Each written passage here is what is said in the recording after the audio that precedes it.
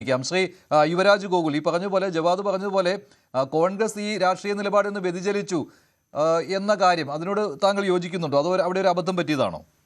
ഇല്ല, 1936 ഒരുപക്ഷെ അവസാനമായിട്ട് ഇന്ത്യൻ നാഷണൽ കോൺഗ്രസ് അവരുടെ ഔദ്യോഗികമായിട്ടുള്ള വേദിയിൽ വന്ദേ മാതരം എന്ന് പറയുന്ന അതിമഹത്തായിട്ടുള്ള ആ ഗാനം പരിപൂർണമായിട്ടും ആലപിച്ചിട്ടുണ്ടാവുക. അതിനുശേഷം 1937 മുതൽ അവരെൻ്റെ 2 സ്റ്റാൻസ മാത്രമേ പാടുന്നുള്ളൂ. എന്തായിരുന്നാലും ശരി തന്നെയാണ്, 90 വർഷങ്ങൾക്ക് ശേഷം ഇന്ത്യൻ നാഷണൽ കോൺഗ്രസിൻ്റെ സ്വന്തം ആസ്ഥാനത്ത് അവർ ഭാരതീയമായിട്ടുള്ള ഒരു ആത്മാഭിമാനത്തിനെ വീണ്ടെടുത്തു നരേന്ദ്രമോദി സർക്കാരിൻ്റെ കീഴിലെന്ന് മാത്രമേ നമുക്ക് പറയാൻ വേണ്ടിയിട്ട് സാധിക്കുകയുള്ളൂ. എന്തായാലും ഇന്ത്യൻ നാഷണൽ കോൺഗ്രസിന് അഭിനന്ദനങ്ങൾ, ഇന്ത്യൻ നാഷണൽ കോൺഗ്രസിൻ്റെ പ്രവർത്തകർക്കും അഭിനന്ദനങ്ങൾ.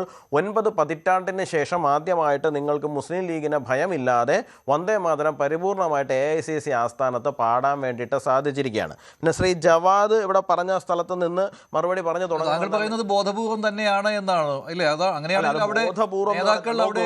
മഞ്ജുഷ, ഇതിനകത്ത് ഞാനൊരു കാര്യം പറയാം. ഇതിനകത്ത് ഈ വന്ദേ മാതരവുമായി ബന്ധപ്പെട്ടിട്ട് നടക്കുന്ന വാർത്തകൾ, വിവാദങ്ങൾ, എനിക്ക് തോന്നുന്നു നമ്മുടെ കേരളത്തിൽ പോലും എത്ര തവണ നമ്മൾ ഈ പറയുന്ന രാത്രി ചർച്ചകളിൽ എടുത്തു എന്നുള്ളതിനെ കുറിച്ചിട്ട് എല്ലാവർക്കും അറിയാം. അപ്പോൾ ഇന്ത്യൻ നാഷണൽ കോൺഗ്രസിൻ്റെ ആസ്ഥാനത്ത് അവർ ഈവൻ മാനേജ്മെൻറ്റ് കമ്പനിക്കൊന്നും അല്ലല്ലോ വന്ദേ മാതരം പാടാൻ വേണ്ടിയിട്ട് അവരെ ഏൽപ്പിക്കുന്നത്. സേവാദളിൻ്റെ പ്രവർത്തകരാണ് വരികയും പാടുകയും ചെയ്യുന്നത്. അപ്പോൾ ആ സേവാദളിൻ്റെ പ്രവർത്തകരെ സംബന്ധിച്ചിടത്തോളം അവർക്കും തോന്നില്ല, അവർക്കും ഉണ്ടാകില്ല ഒരു ആത്മാഭിമാനം, അവർക്കും തോന്നില്ല ഞങ്ങൾക്കും ഒരു തവണ ഇതിവിടെ പാടണമെന്നുള്ളതിനെ കുറിച്ചിട്ട്. സ്വാഭാവികമായിട്ടും അവർ പാടി. അതാണ് ഞാൻ പറഞ്ഞത്. ഇപ്പോൾ കോൺഗ്രസിൻ്റെ ഏതെങ്കിലും നേതാക്കളോ കോൺഗ്രസ് എന്നോ ആ രാഷ്ട്രീയ പാർട്ടിയെ ഏതോ ഒരു കുടുംബത്തിൻ്റെ തൊഴുത്തിൽ കൊണ്ട് കെട്ടിയിട്ട് കാലം കുറേ ആയിന്നേ. അതുകൊണ്ട് ആ കുടുംബത്തിന് താല്പര്യമുണ്ടോ താല്പര്യം ഇല്ലയോ എന്നുള്ളതല്ല ഇവിടുത്തെ വിഷയമെന്ന് പറയുന്നത്. ഇവിടെ കോൺഗ്രസിൻ്റെ പ്രവർത്തകർക്ക് അത് പാടണമെന്ന് ആഗ്രഹം ഉണ്ടായിരുന്നു. ഞാനൊരു കാര്യം ചോദിക്കട്ടെ, കോൺഗ്രസ് ഇന്ന് ഇന്ത്യയിൽ എത്ര സംസ്ഥാനങ്ങളിൽ ഭരണത്തിലുണ്ട്? 4 സംസ്ഥാനങ്ങളിലാണ് ഭരണത്തിലിരിക്കുന്നത്. അതിനകത്ത് കേരളത്തിൽ മുസ്ലിം ലീഗിൻ്റെ പിന്തുണയോടുകൂടി ഭരിക്കുന്നത് കൊണ്ട് മുസ്ലിം ലീഗിനെ ഭയന്നുകൊണ്ട് മാത്രം ഇവിടെ മാത്രം പാടിയിട്ടില്ല. കർണാടകയിൽ പാടിയില്ലേ, ഹിമാചൽ പ്രദേശിൽ പാടിയില്ലേ, തെലങ്കാനയിൽ പാടിയില്ലേ? ഇവിടെ എല്ലാം പാടുന്ന സാഹചര്യം ഉണ്ടായി. അതെന്തുകൊണ്ടാണ് ഉണ്ടായത്? കാരണം ഇന്ത്യൻ നാഷണൽ കോൺഗ്രസിനെ സംബന്ധിച്ചിടത്തോളം, അതിൻ്റെ പ്രവർത്തകരെ സംബന്ധിച്ചിടത്തോളം അവരുടെ ഉള്ളിൽ ഇന്നും ദേശീയതയുടെ DNA ഉണ്ടെന്നേ. അതുകൊണ്ട് അവർക്ക് പാടണമെന്ന് തോന്നി അവർ പാടി. കേരളത്തിലേക്ക് വരുമ്പോൾ അവർ മുസ്ലിം ലീഗ് എന്ന് പറയുന്ന ഒരു പ്രസ്ഥാനത്തിൻ്റെ മുമ്പിൽ ഓച്ഛാനിച്ച് നിൽക്കുന്ന കാഴ്ചയാണ് നമ്മൾ കാണുന്നത്. അതുകൊണ്ട് അവർക്ക് ഇവിടെ പാടാൻ വേണ്ടിയിട്ട് ധൈര്യമില്ല. ഇതേ പാറ്റേൺ തന്നെയാണ് അവിടെയും പിന്തുടർന്നിരിക്കുന്നത്. അവിടെ ഉണ്ടായിരുന്ന സാധാരണ പ്രവർത്തകരെ സംബന്ധിച്ചിടത്തോളം, സേവാദളിൻ്റെ പ്രവർത്തകരെ സംബന്ധിച്ചിടത്തോളം അവർക്ക് പാടണമെന്ന് ആഗ്രഹം ഉണ്ടായിരുന്നു. അവർ സധൈര്യം പാടി. ഏതെങ്കിലും ഇറ്റാലിക്കാരുടെ തിട്ടൂരത്തിന് വഴങ്ങി പാടാതിരിക്കേണ്ടെന്ന സാഹചര്യം ഉണ്ടെന്ന് അവർക്ക് തോന്നിയില്ല.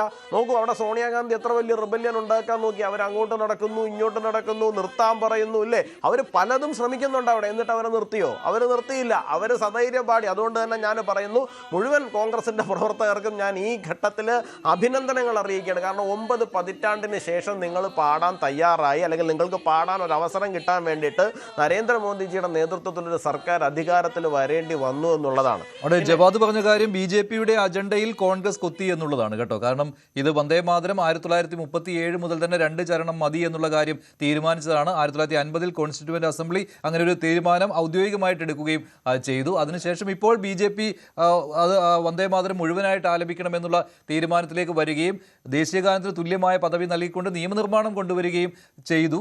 പക്ഷേ ഇത് കോൺഗ്രസ് ആ അജണ്ടയിൽ വീണുപോയി എന്നുള്ളതാണ് ജവാദിന്റെ അജണ്ടയിൽ വീണത്. 1937 അജണ്ടയിൽ വീണത്. ആ അജണ്ട എന്ന് പറയുന്നത് മുസ്ലിം ലീഗിന്റെ അജണ്ടയിലാണ് അതിനകത്തേക്ക് വീണിരിക്കുന്നത്. അല്ലാണ്ട് BJPയുടെ അജണ്ടയിലല്ല കോൺഗ്രസ് വീണത്. കോൺഗ്രസ് എന്നോ വീണ് കഴിഞ്ഞതാണ്. 1937 അവർ ഈ പറയുന്ന മുസ്ലിം ലീഗിന്റെ അജണ്ടയിൽ അവർ വീണു. അങ്ങനെ വീണിട്ടാണ് അവർ ഈ പറയുന്ന വന്ദേ മാതരത്തിന് അറ്റം വെട്ടി മാത്രം പാടാൻ വേണ്ടിയിട്ട് തയ്യാറാക്കിയിരിക്കുന്നത്. എങ്കിൽ മാത്രമേ വന്ദേ മാതരത്തിന് ഹലാൽ സ്റ്റാറ്റസ് കിട്ടുള്ളൂ, അനുവദനീയമാവുകയുള്ളൂ. ഹലാലെന്ന് ഞാൻ ഉദ്ദേശിച്ചത് അനുവദനീയമാവുകയുള്ളൂ. അങ്ങനെ വന്ദേ മാതരത്തിനെ ഹലാലാക്കി പാടിയാണ് 1937 മുതൽ ഇന്ത്യൻ നാഷണൽ കോൺഗ്രസ് ചെയ്യുന്നത്.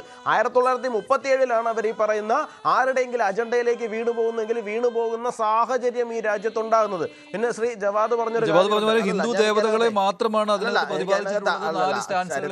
ഞാനൊരു കാര്യം മഞ്ജുഷ, ഞാൻ അതൊന്ന് കംപ്ലീറ്റ് ചെയ്തോട്ടെ. ഒന്നാമത്തെ കേസ്, അദ്ദേഹം പറഞ്ഞ ആനന്ദമഠം എന്ന് പറയുന്ന നോവല് വലിയ സ്വാധീനമൊന്നുമുള്ള നോവലല്ല, അതിന് വലിയ മഹത്വമൊന്നും ഇല്ല എന്നാണ് പറയുന്നത്.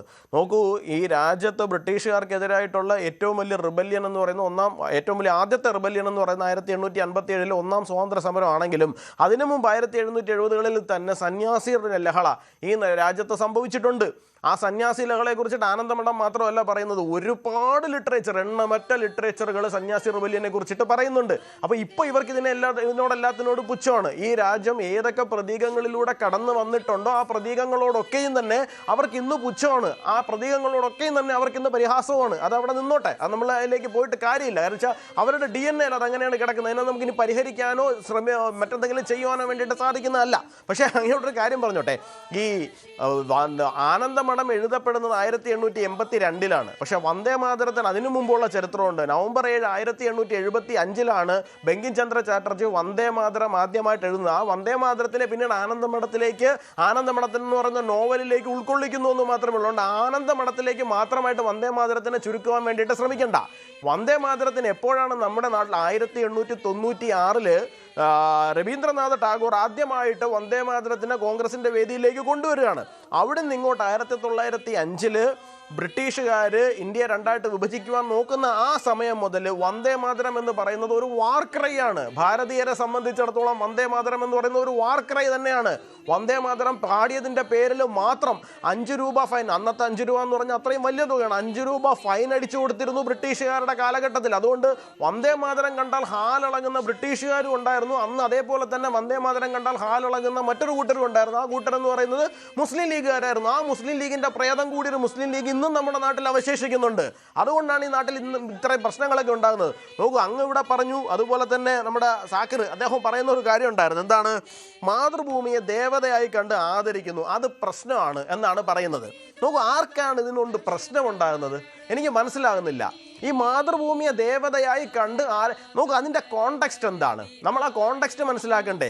നമ്മുടെ രാജ്യം, ഇപ്പം നമ്മുടെ കേരളം തന്നെ എടുത്തോളൂ, തിരുവിതാംകൂർ, കൊച്ചി, മലബാർ, പിന്നെ അപ്പുറത്തേക്ക് കയറി കഴിഞ്ഞാൽ മദിരാശി, മൈസൂർ, വിജയനഗരം, ഇങ്ങനെ എണ്ണം പറഞ്ഞ 300-ലധികം പ്രിൻസ്ലി സ്റ്റേറ്റുകളായിട്ട് തിരിഞ്ഞു നിൽക്കുന്ന ഒരു കാലഘട്ടമാണ്. ആ കാലഘട്ടത്തിൽ അന്നത്തെ കൊളോണിയൽ ഫോഴ്സ് ബ്രിട്ടീഷുകാരാണ്. അതിന് മുമ്പ് മറ്റ് പല കൊളോണിയൽ ഫോഴ്സസും ഉണ്ടായിരുന്നു. അപ്പോൾ അന്നത്തെ കൊളോണിയൽ ഫോഴ്സസിനെതിരായിട്ട് ഈ പറയുന്ന നാട്ടുരാജ്യങ്ങളെ മുഴുവൻ ഒരുമിപ്പിച്ചു കൊണ്ടുവരണമെന്നുണ്ടെങ്കിൽ ഈ രാഷ്ട്രം ഒന്നാണെന്നും ഈ രാഷ്ട്രത്തിന്റെ മക്കളായിട്ടുള്ള നമ്മൾ തമിഴനും തെലുങ്കനും മറാഠിയും കന്നഡക്കാരനും ഗുജറാത്തിയും എല്ലാവരും, ബീഹാറിയും എല്ലാവരും ഒന്നാണ് എന്നുള്ളൊരു പൊതുവികാരം സൃഷ്ടിക്കപ്പെടുകയും ചെയ്യണമായിരുന്നു.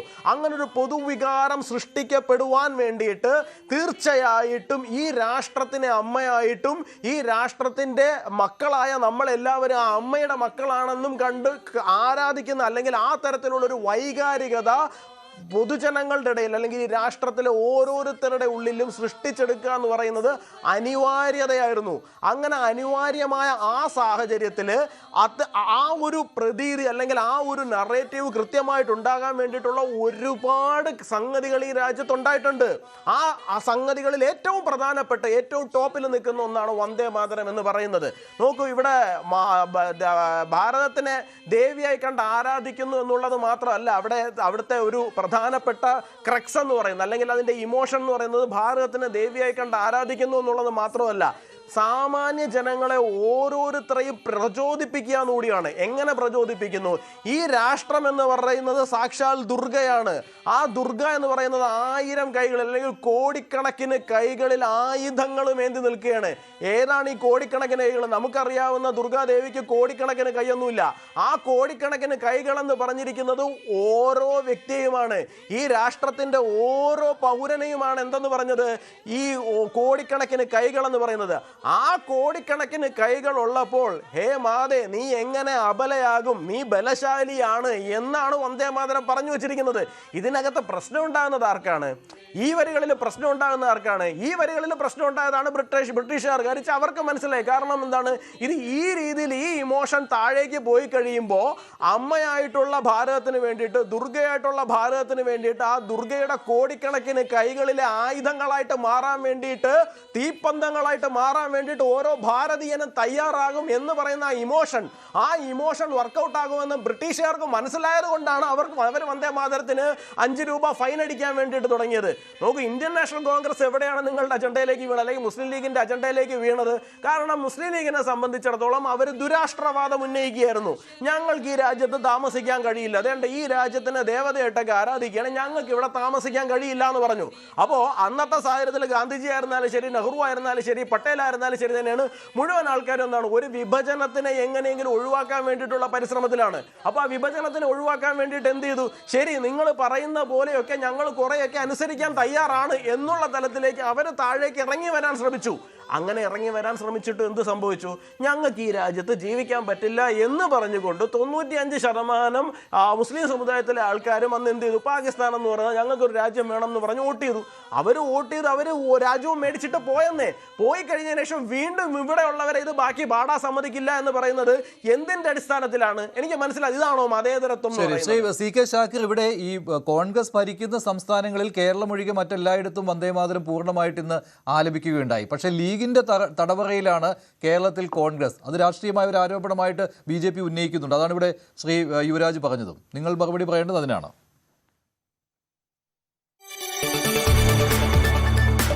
കൂടുതൽ വാർത്തകൾക്ക് News 18 Keralam YouTube channel subscribe ചെയ്യുക.